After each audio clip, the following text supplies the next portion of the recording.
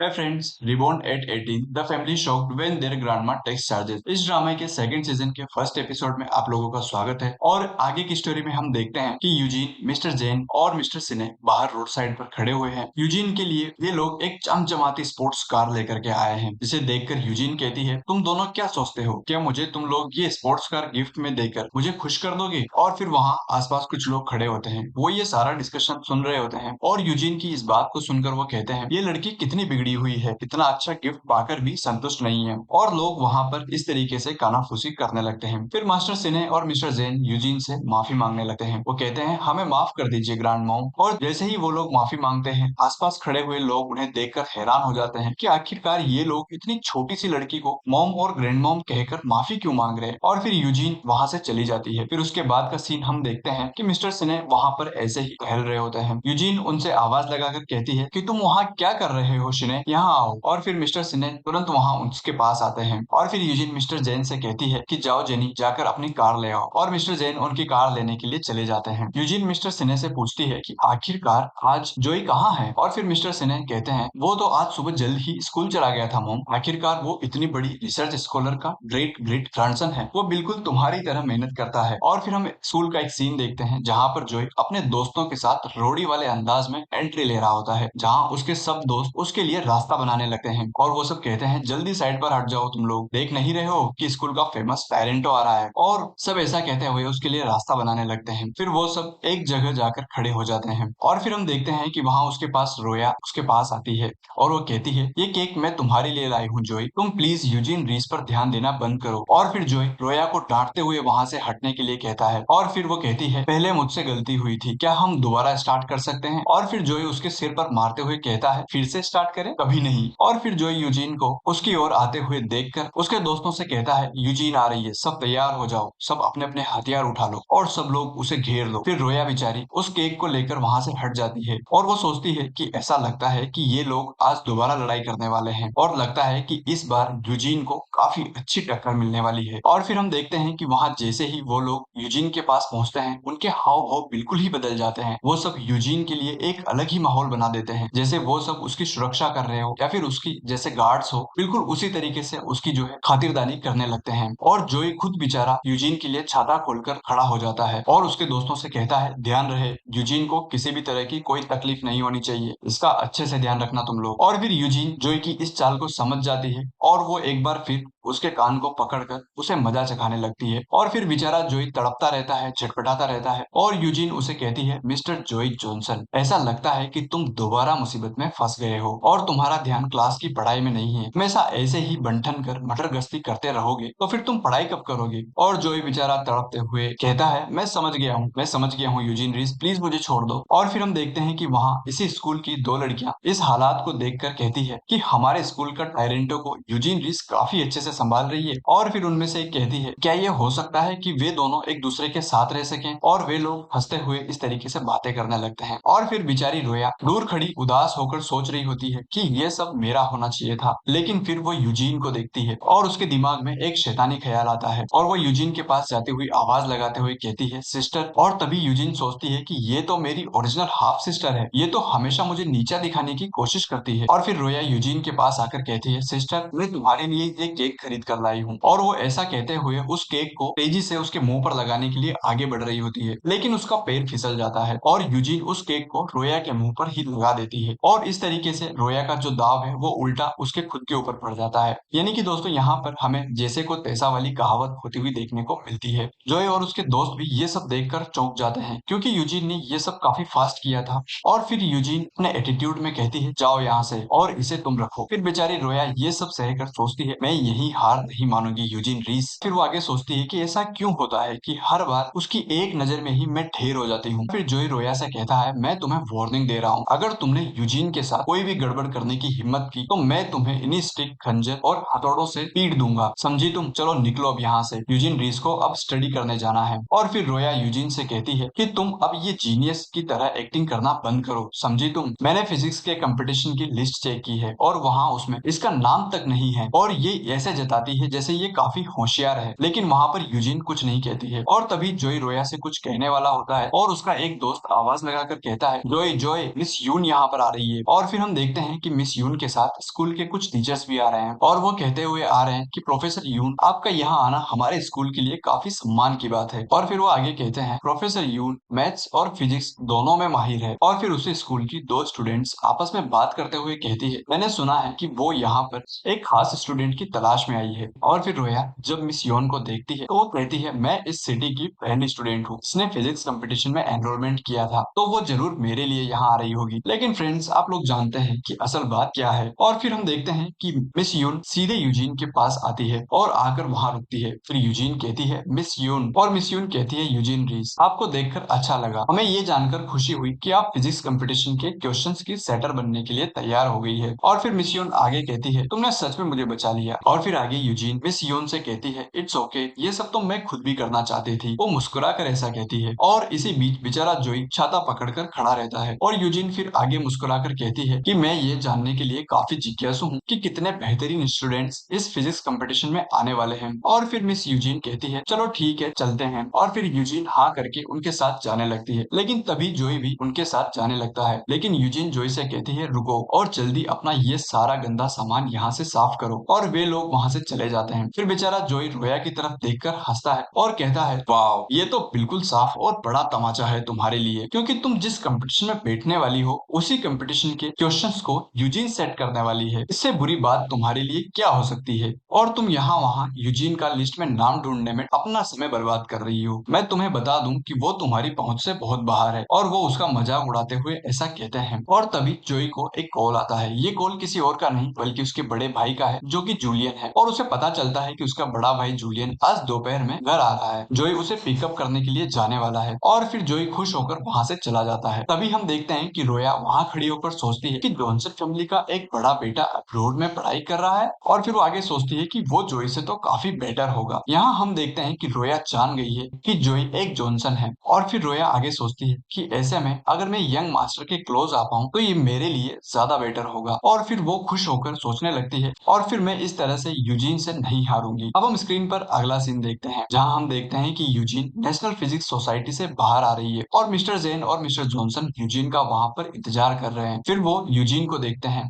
और कहते हैं, ग्रैंडमा आप आ गई। फिर मिस्टर जॉनसन यूजीन के पास आकर कहते हैं, क्वेश्चंस के लिए थैंक यू मैम, आप काफी थक गई होंगी ना। और फिर मिस्टर जैन यूजीन के लिए गाड़ी का दरवाजा खोलते हैं और यूजीन मिस्टर जॉनसन से कहती है, नंबर्स के साथ काम करते हुए मैं कभी थकती नहीं हूँ, तुम जानते हो शिने। और फिर वो गाड़ी में बैठने ही वाली होती है, तभी उन्हें वहां पर कुछ दिख जाता है और वो मिस्टर जॉनसन से कहती है, देखो शिने, वहाँ कुछ है। और वे सब वहां जाकर देखते हैं कि वहां पर एक क्यूट सा पपी है। फिर वो सब वहां उसके पास आते हैं और हम देखते हैं कि वो पपी वहां कचरे में शायद खाना ढूंढ रहा है और यूजीन उसे सहलाने लगती है। तभी मिस्टर सिने कहते हैं कि ये तो बिल्कुल चुनचुन की तरह दिखता है मोम। और फिर मिस्टर सिने आगे कहते हैं, लेकिन चुनचुन को गुजरे तो कई दशक हो गए हैं। फिर आगे वो उनकी मोम से कहते हैं, मोम, क्या मैं इसे रख सकता हूँ? और फिर यूजीन कहती है, कौन जानता है शिने कि चुनचुन वापस आ गए हो तुम्हें ढूंढते हुए, और इस समय पर तुम इसका अच्छे से ध्यान भी रख सकते हो, क्या तुम ऐसा करोगे? और फिर मिस्टर सिने कहते हैं, हाँ हाँ मोम, बिल्कुल मैं ऐसा ही करूंगा, आप चिंता मत कीजिए, मैं इसका अच्छे से ध्यान रखूंगा, मैं आपसे वादा करता हूँ, मैं इसे बिल्कुल मेरी बेटी की तरह पालूंगा और ध्यान रखूंगा कि ये बिल्कुल स्वस्थ रहे और मैं हमेशा इसके साथ रहूंगा। और फिर मिस्टर जैन ये सुनकर उलझन में पड़ जाते हैं और वो कहते हैं, रुको रुको, क्या ये मुझसे बड़ी है? और दोस्तों, लगता है यहाँ पर मिस्टर जैन इसलिए उलझन में पड़े हैं क्योंकि उन्हें शायद खतरा महसूस हो रहा है कि कहीं ग्रैंडपा उनके लिए एक और वारिस तैयार ना कर दे। फिर मिस्टर सिने कहते हैं, मैं इसे तुम्हारे जन्म से भी पहले से जानता हूँ। और फिर वो ऐसा कहकर उस पपी को सहलाने के लिए हाथ आगे बढ़ाने लगते हैं, लेकिन यूजीन उन्हें डांटते हुए कहती है, शिने रुको, तुम अब बूढ़े हो रहे हो, तुम्हारा इम्यून सिस्टम काफी वीक है, जब तक ये पपी तुम्हारे साथ सेट नहीं हो जाता इससे थोड़ा संभल कर रहो। और फिर ऐसा कहकर यूजीन खुद उस पपी को उठाने लगती है, लेकिन मिस्टर जेन कहते हैं, रुकिए ग्रैंड मॉम, मैं इसे उठा लेता हूँ, आप आपके हाथ साफ रहने दीजिए। और फिर जेन उसे उठाकर ले जाता है। तभी मिस्टर जॉनसन ये देखकर काफी खुश होते हैं और वो सब मिस्टर जेन के पीछे आने लगते हैं। और फिर हम देखते हैं कि जैसे ही मिस्टर जेन उस पपी को उनके हाथ में लेकर गाड़ी की ओर जा रहे होते हैं, तब वहाँ दो लड़कियां मिस्टर जेन को देखकर बातें करने लगती है कि ये तो जॉनसन ग्रुप के सीईओ है। और फिर उनमें से एक दूसरी लड़की कहती है कि वो कितने केयरिंग हैं, जो स्ट्रे डॉग्स को बचा रहे हैं। और ऐसा कहते हुए वो उनकी वीडियो बनाने लगते हैं और कहते हैं वो काफी हैंडसम भी है और केयरिंग भी, कितना अच्छा कॉम्बिनेशन है। फिर ये लोग वीडियो बनाकर इसे पोस्ट कर देती हैं और फिर इसका इसका इम्पैक्ट हम अगले सीन में देखते हैं, जहाँ मिस्टर जॉनसन, यूजीन और मिस्टर सिने एक कार में बैठे हुए हैं और तभी मिस्टर जॉनसन मोबाइल में मिस्टर जेन के लिए उस पोस्ट को और उस पपी को खिलाते हुए वो मिस्टर जेन को देख लेते हैं और फिर वो इनडायरेक्टली मिस्टर जेन को टारगेट करते हुए कहते हैं, चुन चुन उस आदमी से दूर रहो जिसके पास तुम अभी हो। और बेचारे मिस्टर जेन हैरान होकर कहते हैं, ग्रैंडपा क्या आप ये मेरे लिए कह रहे हैं? और फिर ग्रैंडपा मिस्टर जेन को घूरते हुए कहते हैं, हे जेन जॉनसन, क्या तुम जानते हो कि तुम्हारे दिमाग में जो स्कीम चला रहे हो उसके बारे में मैं जान गया हूँ। बेचारे मिस्टर जेन इधर उधर देखकर हैरान होते हुए कहते हैं, स्कीम? कौन सी स्कीम? और फिर यूजीन भी मिस्टर सिने से पूछती है कि सिने ये तुम क्या बोल रहे हो? और फिर ग्रैंडपा मिस्टर जेन से कहते हैं कि तुम ये बात अच्छे से जानते हो कि चुनचुन को सबसे पहले तुम्हारी ग्रेट ग्रैंडमॉम ने देखा था। फिर मिस्टर जॉनसन मिस्टर जेन को उनके मोबाइल वाली वो पोस्ट दिखाते हैं जिसमें लिखा होता है कि जॉनसन ग्रुप के सीईओ ने स्ट्रीट डॉग्स को स्ट्रीट से उठाया और मिस्टर जेन सबसे दयालु और अच्छे वंडरफुल आदमी हैं। अब आगे मिस्टर जॉनसन कहते हैं, अगर तुम चुनचुन को वहां से उठाकर नहीं लाते आज मेरी मॉम भी ट्रेंड में होती। और फिर मिस्टर जेन कहने की कोशिश करते हैं, ग्रैंडपा मैं तो बस, लेकिन ग्रैंडपा कहाँ किसी की सुनने वाले होते हैं। वो कहते हैं, तुम्हें और कुछ एक्सप्लेन करने की जरूरत नहीं है, ये सब तुमने किसी मकसद से किया है, ये बात मैं जानता हूँ। और फिर मिस्टर जेन इरिटेट होकर कहते हैं, अरे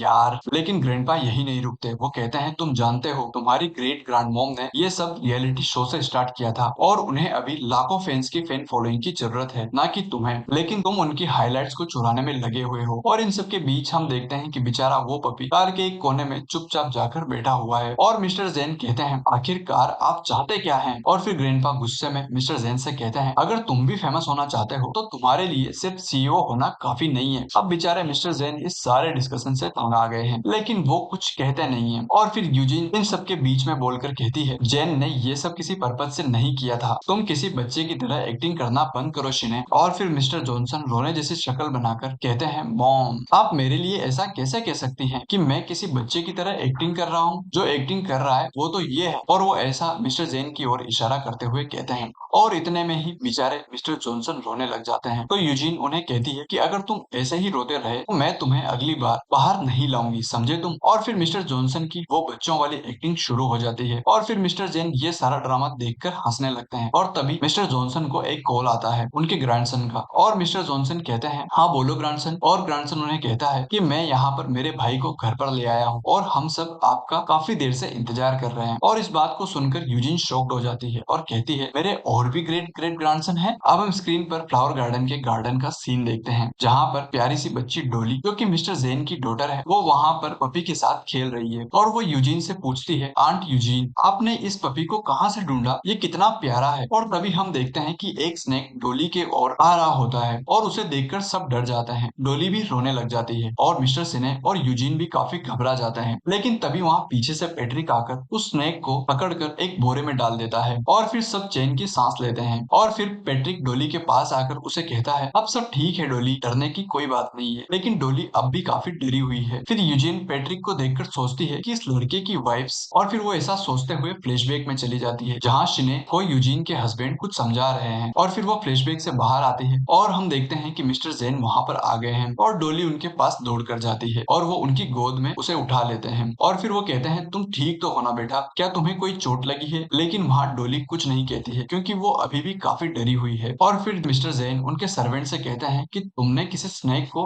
घर के अंदर कैसे आने दिया? लेकिन बेचारा सर्वेंट इस बात पर क्या ही कह सकता था। तो फिर मिस्टर जेन उसे आगे कहते हैं, मुझे फर्क नहीं पड़ता कि तुम क्या करोगे और कैसे करोगे, लेकिन इस घर में कोई भी स्नेक नहीं दिखना चाहिए, समझे तुम? और फिर इस बात को सुनकर सर्वेंट उनसे कहता है, हाँ सर। अब मिस्टर जेन ग्रैंडपा और यूजीन को कहते हैं कि मैं डोली के चेकअप के लिए जा रहा हूँ। और फिर ग्रैंडपा कहते हैं, हाँ जल्दी जाओ। और फिर वो लोग वहाँ से चले जाते हैं। अब हम देखते हैं कि यूजीन मिस्टर सिने से कहती है कि ये अच्छी बात है कि जोई ने डोली को बचा लिया है। और दोस्तों यूजीन यहाँ पर इस बात को इसलिए सोच रही है क्योंकि अब तक यूजीन को नहीं पता है कि ये जोई नहीं पैट्रिक है। और फिर दादाजी उसे यही बात कहते हैं कि मॉम ये जोई नहीं पैट्रिक है, ये नानी बेला का बेटा है और इसका नाम पैट्रिक है, ये हमारे गार्डन में थोड़ी हेल्प करने के लिए आया था। फिर पैट्रिक कहता है, मास्टर अब मुझे मेरे काम पर वापस चलना चाहिए। और फिर मिस्टर जॉनसन कहते हैं, ठीक है। और फिर वो उसके सामान को उठाकर वहाँ से चला जाता है। लेकिन यूजीन की नजर उस पर से नहीं हटती है और फिर वो सोचती है कि आखिरकार ऐसा कैसे हो सकता है कि ये जॉनसन फैमिली का हिस्सा नहीं है, ये मुझे भी काफी अपना सा लग रहा है। और तभी वहाँ पर जोई आकर कहता है, अंदर आइए, आप लोगों का वहाँ इंतजार हो रहा है। और फिर हम स्क्रीन पर अगला सीन देखते हैं जहाँ एक हॉल का सीन हम देखते हैं जहाँ पर ग्रैंडपा चेयर पर बैठे हुए हैं और उनके सामने यूजीन बैठी हुई है। उनके दोनों ग्रैंडसन जोई और जूलियन उनके पीछे खड़े हुए हैं। जूलियन ग्रैंडपा जॉनसन से कहते हैं कि मैं आपको कभी भी निराश नहीं करूंगा ग्रैंडपा। और फिर वो आगे कहता है, आखिरकार मैंने अपनी शादी के इंस्टीट्यूशन से ग्रेजुएट किया है। और फिर मिस्टर जॉनसन उस डिग्री सर्टिफिकेट को देखकर खुश होकर कहते हैं, गुड। और फिर वो जोई की तरफ मुड़कर कहते हैं, तुम्हें तुम्हारे बड़े भाई से कुछ सीखना चाहिए। और फिर जोई और जूलियन एक दूसरे की ओर देखकर हंसने लगते हैं। और फिर मिस्टर जॉनसन उनके सर्वेंट बेला से कहते हैं, इतने सालों तक अब्रॉड में तुमने हमारे इस बच्चे का ध्यान रखा है, तुमने बहुत अच्छा काम किया है। और फिर बेला कहती है, ये तो मेरा काम है मास्टर। ग्रैंडपा वापस जूलियन की ओर देखकर कहते हैं, तुमने बहुत मेहनत की है बेटा। और फिर जूलियन ग्रैंडपा से कहता है, ये तो मेरे लिए कुछ भी नहीं था ग्रैंडफादर, पढ़ाई करना बहुत आसान है और ये बहुत मुश्किल काम नहीं होता है। और फिर यूजीन कुछ पढ़ते हुए कहती है, ऑफ कोर्स ये तुम्हारे लिए मुश्किल नहीं रहा होगा, तुम्हारा डिप्लोमा टोटली फेक है, यानी नकली है। और यूजीन की ये बात सुनकर मिस्टर जॉनसन के मुंह में से चाय वाई सब बाहर आ जाती है और सब लोग इस बात को सुनकर हैरान हो जाते हैं। बेला भी इधर उधर देखने लग जाती है। और फिर जूलियन यूजीन से कहता है, तुम ये सब कहने वाली होती कौन हो? और फिर वो जोई को देखकर कहता है, ये हमारी कोई नई मेड है क्या, या कोई और बेचारा जोई, उसे ये सब पता है कि आखिरकार यूजीन कौन है। ये सारी बात सुनकर वो घबरा जाता है और कुछ भी नहीं कह पाता है। लेकिन जूलियन यही नहीं रुकता है, वो कहता है कि तुम चुप रहो, नहीं तो मैं तुम्हारे मुंह को सिल दूंगा, समझी तुम? और तब जाकर यूजीन ऊपर देखती है। और फिर मिस्टर जॉनसन खड़े होकर कहते हैं, क्या कहा तुमने? तुम्हारी हिम्मत कैसे हुई ये कहने की, ये तुम्हारी ग्रेट ग्रेट। और फिर जोई उनकी ओर इशारा कर देता है और तभी इतने में ही वो इतना ही कहकर रुक जाते हैं। और फिर वो वापस उस सर्टिफिकेट को देखने लगते हैं। और फिर यूजीन कहती है कि इस डिप्लोमा में जो यूनिवर्सिटी इनबोरो का लोगो है वो फ्लोरोसेंट फाइबर और कलर शिफ्टिंग इंक से बना होता है, जो अलग अलग एंगल से देखने पर अलग अलग कलर्स में दिखाई देता है, लेकिन इसमें ऐसा नहीं है। और फिर मिस्टर जॉनसन उस डिप्लोमा को अलग अलग एंगल से देखने लगते हैं और वो भी समझ जाते हैं कि ये वो लोगो नहीं है। और फिर यूजीन जूलियन से कहती है, तुम स्टूपिड हो, तुम एक अच्छा सा फेक डिप्लोमा भी नहीं बनवा सके। और फिर मिस्टर जॉनसन भी जूलियन की ओर देखने लगते हैं और जूलियन यूजीन से कहता है, ये तुम कैसी फालतू बातें कर रही हो, तुम कभी इनबोरो यूनिवर्सिटी गई भी हो, तुमने उसे देखा भी है कभी?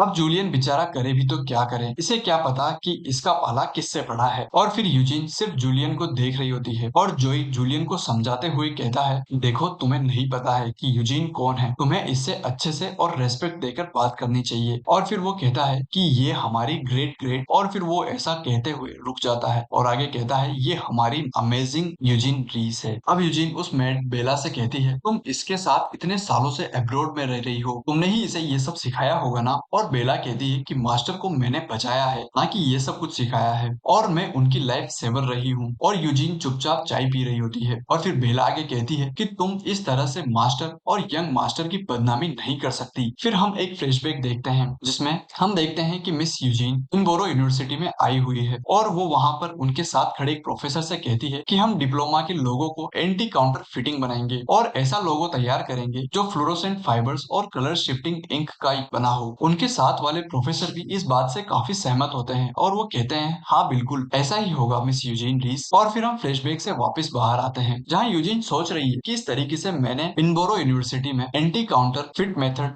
यूज में लिया था। और फिर मिस्टर जॉनसन कहते हैं, मुझे मिस यूजीन पर पूरा भरोसा है, मैं किसी को भेजूंगा जो इसका ग्रेजुएशन स्टेटस मुझे अभी चेक करके बता दे। अब बेला वहां घबरा जाती है और तभी जूलियन परेशान होते हुए घबरा कर कह देता है, मैं मेरे पास और कोई रास्ता नहीं था, इसलिए मैंने ये सब किया। और फिर मिस्टर जॉनसन गुस्से से लाल हो जाते हैं और वो टेबल पर जोर से हाथ मारते हैं और जूलियन को कहते हैं, ये तो जॉनसन के लिए बहुत शर्मनाक बात है। जोई भी काफी घबरा जाता है और जोई बेचारा उनके बगल में खड़ा हुआ कांप जाता है और ग्रैंडपा कर जूलियन की धुलाई करने के लिए जाने लगते हैं, लेकिन जोई डरते हुए उन्हें रोक लेता है। और मिस्टर जॉनसन जूलियन को कहते हैं, तुम झूठ बोलना भी सीख गए हो, तुमने वहाँ पढ़ाई के लिहाज से तो कुछ नहीं किया, लेकिन तुम वहाँ झूठ बोलना जरूर सीख गए हो। और वो आगे कहते हैं, तुम्हारे दूसरे भाइयों को देखो, वो सब कितनी अच्छी तरक्की कर चुके हैं, उन्होंने सब कुछ खुद से सीखा है और उन्होंने काफी मेहनत की है। तुम्हारे एक भाई ने तो फिल्म इंडस्ट्री बना ली है और वो खुद भी वहाँ पर एक सुपरस्टार बन गया है, वो भी उसने खुद से किया है। और ये तुम्हारा छोटा भाई। और फिर वो आगे कहते हैं, इसे छोड़ो, इसके बारे में बाद में बात करेंगे। और तभी बेचारा जोई कहता है, नहीं नहीं ग्रैंडपा, मेरे बारे में ही बताओ, मुझे ऐसे मत छोड़ो। और फिर जोई आगे कहता है, मेरे बारे में इसे बताओ कि मैंने कैसे मेरे स्कूल में मेरा एक छत्र राज्य कायम किया हुआ है और मैंने खुद उसे अपने हाथों से बनाया है। और फिर ग्रैंडपा जोई की इस बात को सुनकर उसे एक लगाते हैं और उसे कहते हैं कि तुम